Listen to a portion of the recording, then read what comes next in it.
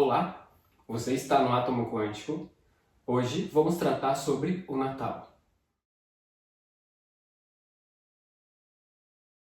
Trouxemos então um conteúdo sobre o Natal para tentar nos lembrar o porquê que essa data ocorre, qual é a simbologia, a mitologia que existe por trás dessa ideia e de que forma ela nos pode auxiliar na nossa evolução de consciência. Vamos tentar transformar alguns conceitos que temos sobre essa questão de ganhar presente, de festas. Vamos tentar entender a profundidade da questão, ok? Para começar então, vamos tratar de alguns aspectos importantes. Natal vem do latim natalis, que remete ao nascimento. Um exemplo que temos é quando a mamãe vai fazer o pré-natal no hospital. Ela vai verificar como que está o bebê dentro do útero, para verificar o andamento do geramento dessa criança. Um aspecto mitológico que podemos identificar de arquétipo na questão do Natal entra o presépio. Podemos ver que no presépio existe a manjedoura, o burro e o boi. O burro simbolizando a ausência de movimento, sendo também a maresia, a procrastinação, a preguiça. E o boi sendo a impetuosidade, o exagero, a luxúria. A manjedoura, então, sendo a reta ação, o equilíbrio entre um e outro. Temos também José e Maria, podendo simbolizar essa questão do gênero, o princípio do gênero, onde José traz aquele aspecto yang, da estrutura para que a luz venha até o plano manifestado, plano material. E Maria sendo, então, o aspecto yin, o feminino, aquela que gera a luz nessa questão, né? Alguns outros aspectos falando do nosso dia a dia, vemos do Papai Noel, da roupa vermelha.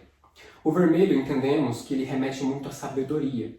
E existem histórias passadas que diz que era um homem que andava pelas neves para trazer um pouco de virtudes para a humanidade. Então ele auxiliava as pessoas menos afortunadas para conseguir seguir em seus caminhos. Claro que com o tempo nós fomos mudando a imagem que temos dele, mas a essência era um homem sábio que trazia alguma contribuição para a humanidade através dos presentes que ele trazia, que poderia ser o ouro, que é aquela questão de que o ouro é um metal que é muito fiel a si próprio. Então, independentemente de entrar em contato com o suor humano, ele mantém a integridade dele, ele não preteja, entende? Então essa que é a questão, ele trazia a pureza para o ser humano, para que ele pudesse se lembrar do potencial que ele tem, latente dentro dele. Tem também a vela, que é de trazer um pouco de luz. Então veja que na escuridão, nós acendemos uma vela como uma representação de busca, de nos lembrar aonde estamos, do que estamos fazendo. Tanto que existem culturas que acendem velas para aqueles que já desencarnaram, em uma tentativa de fazer que aquele indivíduo veja o caminho de volta para casa, para que ele retorne àquela constelação familiar. Prosseguindo então, outros aspectos. Tem a árvore do pinheiro. E o pinheiro, pelos arquétipos, simboliza a vitalidade, a força, a imortalidade, que também remete ao triângulo. Vamos falar disso daqui a pouco. Veja que ele também lembra a questão da espiral. Veja que quando nós falamos da questão da evolução, nós temos aquele aspecto do Ouroboros, que é aquela serpente que engole o próprio rabo. É o indivíduo que vive a vida dele em ciclos viciosos. Então ele não aprende mais nada, é um ciclo cansativo, onde ele já não consegue entender o que ele está fazendo, para onde ele está indo, para que ele está fazendo aquilo. Ele cai no automático. Então, trabalhando no automático, volta para casa no automático, aquela rotina automática, tudo isso remetendo ao Ouroboros. Nessa questão da árvore, nós vemos que, por exemplo, ela se difere do Ouroboros porque poderíamos interpretar. O Ouroboros seria o extremo, a base. Um indivíduo que não consegue sair do lugar vivendo em círculos. A partir do momento que ele vai depurando a consciência dele e vai elevando os pensamentos, ele vai conseguindo atingir níveis superiores de consciência. Veja então que quando ele chega no centro, no topo, ele conquista a estrela, simbolizando a bússola divina, quando o espírito impera sobre os outros aspectos da consciência, que no caso seria a terra, a água, o fogo e o ar. Para cada elemental tem uma correspondência mental. Então, por exemplo, a água sendo as emoções, o ar sendo os pensamentos, o fogo sendo o espírito, a terra sendo o próprio corpo físico. Claro que varia muito dependendo da cultura que enxerga esse estudo, mas em essência, nesse caso, o significado é esse. Os reis magos. Na questão do arquétipo, o mago significa o visionário, aberto, foco da busca pela luz. Então o mago, ele busca a sabedoria. Veja que nesses estudos que nós também vemos, existem aquelas diferenças entre o feiticeiro, o bruxo e o mago, onde o mago seria como um indivíduo que está quase ascensionando a sabedoria. Só para ter a nível de comparação, o feiticeiro ele precisa de instrumentos físicos. Ele precisa de uma vela, ele precisa de um livro, de uma adaga, de um símbolo. Ele precisa de elementos que mapeiem a consciência dele para que ele consiga atingir o objetivo que ele está buscando. Já um bruxo, ele tem a natureza ao favor dele, porque ele consegue canalizar essas forças. Então, ele precisa de uma ajuda externa. Já o mago, ele já está naquele nível de consciência que ele já consegue gerenciar a si próprio. Então, ele é capaz de se moldar e também influenciar ou sugestionar muito quem está à volta dele. Outros aspectos. O indivíduo se liberta do Ouroboros à medida que eleva a sua consciência, um processo eterno e infinito. Estávamos falando disso agora há pouco, né? Que quando o indivíduo está vivendo o ciclo vicioso e ele começa a se perguntar por quê? Para quê?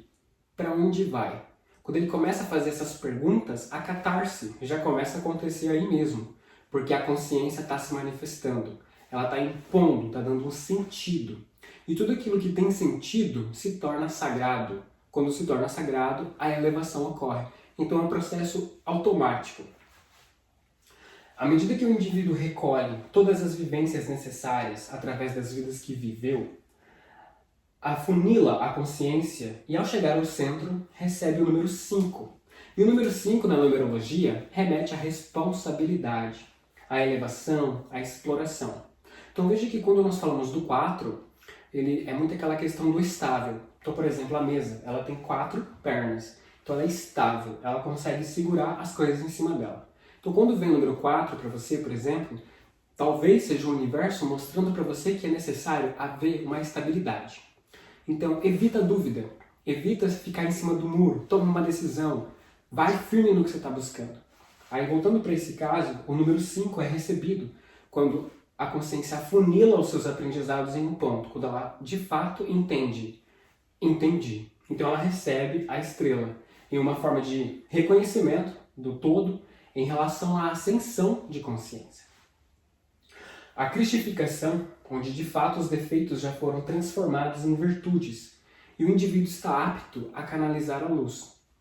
Então uma coisa que nós já falamos para vocês aqui é que a luz ela tem requisitos para que ela consiga ser canalizada pela nossa consciência. Então, quando nós tentamos canalizar o amor, mas estamos despreparados para isso, nós acabamos profanando essas emoções puras. Então nós deturpamos o conhecimento para conseguir coisas para nós, né? Egoísmo. Então veja que quando o ego contamina essas virtudes, prejudica totalmente a consciência, ela se torna prisioneira de si própria, onde erguem essas limitações, essas crenças limitantes que afastam ela do todo. Ela tem essa compreensão da separatividade, que eu sou eu, você é você, e que se eu tiver que conseguir alguma coisa, mesmo que em detrimento seu, eu faço, porque eu não acredito que nós somos um. Entende? Só para terminar essa questão, falando dos requisitos, né? Vemos que ninguém é obrigado a nada. Um indivíduo que não quer seguir o caminho da retação, ele não quer seguir esse caminho da sabedoria, ele pode optar por negar esse caminho. Entretanto, existe esse vazio. Uma vez que a consciência ela começa a se questionar, ela começa a iniciar esse processo de catarse, de ascensão espiritual, essa inquietude é extremamente grande. Então, para você, por exemplo, que está nesse caminho, já está com essa inquietação mental, aquela voz, para quê? Por quê? Para onde? Aí você começa a entender as questões.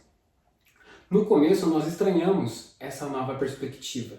Ficamos, nossa, minha mente está inquieta, eu estou ansioso, o que está acontecendo? Só que o questionamento é o primeiro passo para a consciência. Agora então alguns aspectos que nós acabamos perdendo em relação ao Natal. O Natal era comemorado desde antes do nascimento de Jesus, onde os romanos eles celebravam a chegada do inverno. E com isso eles veneravam o Deus Sol, para que abençoassem eles nessa trajetória sombria. O inverno, ele remete muito a essa questão de introjetar-se. Então, quando chega, nós podemos ver que nas estações do ano da natureza existe uma sabedoria. Todas essas estações são berços para que o ser humano experiencie cada circunstância do ano, para que ele consiga expandir a consciência dele. Nessa questão do inverno, a natureza propõe que o ser humano fique dentro de casa, que ele pare para pensar em si mesmo, que ele olhe mais para dentro.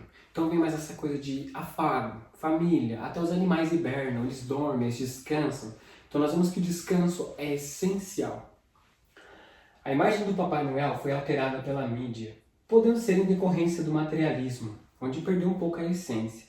Então acredita-se que instrumentos de marketing alteraram drasticamente a imagem do Papai Noel, justamente para trazer essa questão do consumo. É complicado, né? A essa altura sabemos que as histórias, elas são muito educativas. Então quando você conta uma história para alguém, isso ensina muito mais o indivíduo porque tem muitos símbolos. Veja que muitas vezes nós não entendemos o que um símbolo significa. Se você vê uma estrela, um círculo, um triângulo, um quadrado, um losango, um retângulo, a gente pode olhar e falar, tá, não entendi. Mas existe todo um subconsciente, um inconsciente trabalhando em nós que entende esses símbolos. Então veja que tem muitas coisas que nós fazemos que nós não entendemos por que fazemos. Por exemplo, você xinga alguém, briga com alguém, até mesmo eu. Nós nos submetemos a uma atitude negativa. E quando a gente para pensar, por que eu fiz isso? Muitas vezes a gente não entende por que aconteceu isso. Mas através de uma investigação bem aprofundada, nós conseguimos entender que é um comando que recebemos em algum momento em outro lugar. Então quando você xinga alguém, para e pensa, qual foi a frase que foi proferida? Aí faz um exame de consciência. Onde eu ouvi essa frase? Aí eu te garanto que você vai encontrar isso em uma série que você assistiu, em uma música que você ouviu, em uma conversa que você deu atenção. Então a mente, ela trabalha com coisas que ela conhece. Ela precisa de um ponto de referência para poder interagir com o meio onde ela está. Então nada vem do nada, tudo vem de algum lugar. O Natal no hemisfério norte se passa no inverno, foi o que a gente acabou de dizer. O ideal seria se adaptássemos o nosso feriado à ideia original. No nosso caso, o Natal ser o verão compromete o propósito. Então, o Natal agora é um verão, sol de rachar, como se diz, aquele calor. Então, a proposta do Natal, que é introspecção, acaba sendo o oposto. Então, é uma coisa que é totalmente desincronizada, uma coisa que não tem muito sentido para nós. Então, veja, nós vivemos tudo ao contrário. Então, na época da Páscoa, onde essa questão de parar para refletir um pouco, que é a questão do outono, nós temos a primavera, que está tudo florescendo. Então é tudo ao contrário. É uma coisa muito confusa. Agora indo para essa questão da conclusão. Bom, o Natal propõe para nós então essa questão de olhar para dentro. Na verdade, todas as questões apontam para essa mesma direção. Mas analisando todos os símbolos, todas as questões que nós vimos até aqui, nós podemos entender que para nós é essencial termos lucidez do que nós estamos fazendo. Lembre-se que todo excesso é prejudicial, todo excesso faz mal, assim como a ausência de alguma coisa também prejudica. Então veja, quando nós começamos a abraçar o todo, por exemplo, abraçar os nossos irmãos como causas iguais às nossas, nós podemos ter vários conflitos de ideias. Podemos pensar, então quer dizer que eu não posso pensar em mim, eu tenho que pensar só no outro, porque eu me entrego para o todo, então eu acabo me esquecendo. Só que nós não percebemos que nós também somos parte de um todo. Então você também merece atenção, você também merece um tempo para você, de parar o seu dia, de fazer alguma coisa que você gosta, de ter um hobby, como se diz, de ocupar a sua mente, de dar atenção para si próprio, para si própria. Mas indo para essa questão do Natal, é sempre importante que nós questionemos o que está acontecendo, para onde isso me leva, essa capacidade de entender as coisas. Isso é muito importante para que nós consigamos atingir outros patamares de consciência. Então, para ir fechando o vídeo, caso você esteja nesse processo de fazer muitas perguntas, de muitas dúvidas, saiba que esse processo é natural, é compreensível. Vai atrás das respostas, procura quem sabe, desde que seja uma resposta que você sinta que complemente o que você já sabe. Porque se você tem uma opinião, você ouve a opinião de outra pessoa, e essa nova opinião desconsidera totalmente a sua, veja que não houve uma integração, houve um conflito. E quando há um conflito, nós nos distanciamos do todo. Então a ideia da ascensão de consciência é integração. É somar o que eu sei, o que você sabe, o que ele sabe, o que ela sabe, e todos nós vamos montando esse quebra-cabeça da verdade, até chegar em um ponto comum, na questão da ascensão. Tudo bem? Bom, esperamos que vocês tenham gostado do vídeo. Até a próxima!